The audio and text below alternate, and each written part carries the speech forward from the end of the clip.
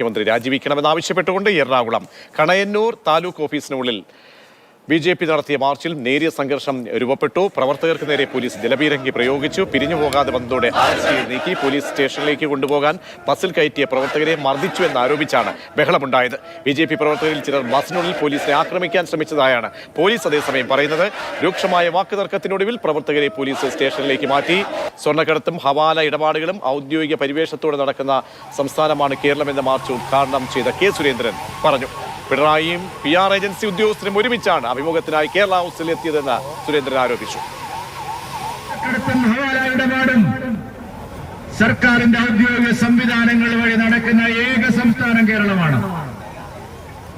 PR ഏജൻസിയുടെ ഏറ്റവും തലപ്പത്തിരിക്കുന്ന ആള് വാതിലൊന്തി തുറന്ന് ആരും അറിയാതെ ഉള്ളിൽ കടന്നുവെന്നാണ് ഇന്നലെ മുഖ്യമന്ത്രി പറഞ്ഞത്. അല്ല, PR ഏജൻസിയുടെ ആൾക്കാര് മുഖ്യമന്ത്രിയെ കേരള ഹൗസിൽ നിന്ന് മുറിയിൽ നിന്ന് ആനയിച്ച് പത്രസമ്മേളനം ഇന്റർവ്യൂ നടക്കുന്ന സ്ഥലത്തേക്ക് ഒരുമിച്ചാണ് പോയത് എന്നുള്ളതിന്റെ തെളിവുകൾ